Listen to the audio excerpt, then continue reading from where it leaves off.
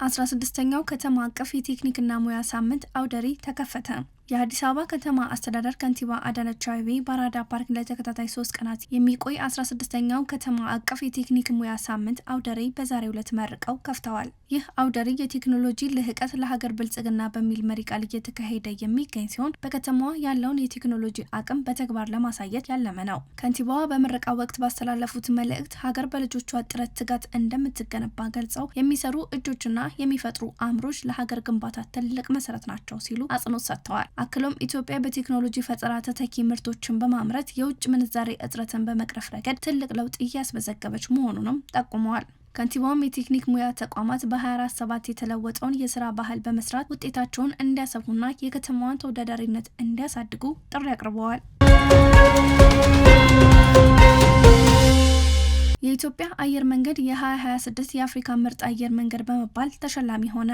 የኢትዮጵያ አየር መንገድ በአፔክሰስ የመንገደኞች ምርጫ የ2026 የአፍሪካ ምርጥ አየር መንገድ በመባል ሽልማት ተበርክቶለታል። ሽልማቱ የአየር መንገዱ የተሳለጠ ምቹና አስተማማኝ አገልግሎት ለደንበኞቹ ለማቅረብ ያለውን ያልተቋረጠ ትጋት የሚያሳይ ሲሆን በአቪዬሽን አገልግሎት ዘርፍ ያለውን መሪነት ይበልጥ እንደሚያጠናክር ነው የተገለጸው። የአየር መንገዱ ዋና ስራ አስፈጻሚ መስፍን ጣሰው ሽልማቱን በተቀበሉበት ወቅት እንዳሉት እውቅናው የአየር መንገዱ ሰራተኞችና አመራሮች ትጋት ውጤት ነው። ሽልማቱ በደንበኞች ምርጫ መሰረት የተሰጠ መሆኑ ልዩ እንደሚያደርገው ገልጸው የአገልግሎት ደረጃቸውን እንዲያሳድግና ደንበኞቻቸውን የተጣለብንን እምነት እንድንጠብቅ የሚያሳሳ ነው ብለዋል። 103 አዳዲስ የገጠር ከተሞችና መንደሮች የኤሌክትሪክ ተጠቃሚ ሆኑ። የኢትዮጵያ ኤሌክትሪክ ኃይል አገልግሎት በ2018 በጀት ዓመት የመጀመሪያ 9 ወራት 103 አዲስ የገጠር ከተሞችና መንደሮችን የኤሌክትሪክ ኃይል ተጠቃሚ ማድረጉን የአገልግሎት ዋና ስራ አስፈጻሚ ኢንጂነር ጌቱ ገረመው ገለጹ። አገልግሎቱ ፍትሐዊ የኤሌክትሪክ ተደራሽነትን ለማረጋገጥ ባከናወነው ዘርፈ ብዙ ስራ ከዋናው ከግሪንድና ከግራንድ የራቁ በርካታ አዳዲስ አካባቢዎችን ተጠቃሚ ያደረገ መሆኑን ያነሱት ዋና ስራ አስፈጻሚው ከጤና ማህበራዊ ተቋማት በተጨማሪ ከ31,000 በላይ አባወራዎችና እማወራዎችን የኤሌክትሪክ አገልግሎት እንዲያገኙ ተደርገዋል ብለዋል። በእነዚህም በ9 ወራት ተጠቃሚ ከሆኑት ውስጥ 82ቱ ከዋናው የኤሌክትሪክ መረብ እንዲሁም 21 የገጠር ከተሞችና መንደሮችን ደግሞ በፀሐይ ኃይል አማራጭ የተገኙ መሆናቸውን ዋና ስራ አስፈጻሚው ተናግረዋል።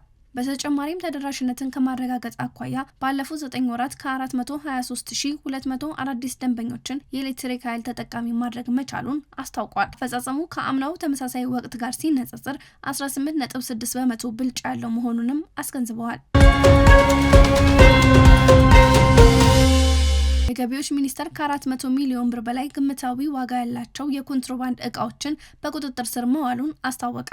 የጉምሩክ ኮሚሽን ከሚያዝያ 11 እስከ ሚያዝያ 21 ቀን 2018 ዓ.ም ባደረገው ክትትል በጅጅጋ በአዲስ አበባ ኤርፖርትና በኮምቦልቻ ጉርሙክ ቅርንጫፍ ጽህፈት ቤቶች 386.2 ሚሊዮን ብር የገቢ ኮንትሮባንድ እቃዎችና 14.5 ሚሊዮን ብር የውጭ በድምሩ 400.7 ሚሊዮን ብር ግምታዊ ዋጋ ያላቸውን የኮንትሮባንድ እቃዎች ተይዘዋል። በቁጥጥር ስር ከዋሉት የኮንትሮባንድ እቃዎች መካከል አዳዲስ እና ልባሽ ጨርቆች፣ የኤሌክትሮኒክስ፣ የግብርና ምርቶች፣ የተሽከርካሪ መለዋወጫ፣ የመዋቢያ እቃዎች፣ አደንዛዥ እጾች፣ መድኃኒት፣ የተለያዩ ማዕድናት፣ ነዳጅ፣ የቁም እንስሳት እና የውጭ ሀገር ገንዘቦች ይገኙበታል ተብሏል። የኮንትሮባንድ እቃዎችን ሲያዘዋውሩ የተገኙ 26 ተጠርጣሪዎችና 10 ተሽከርካሪዎችም በቁጥጥር ስር ውለዋል።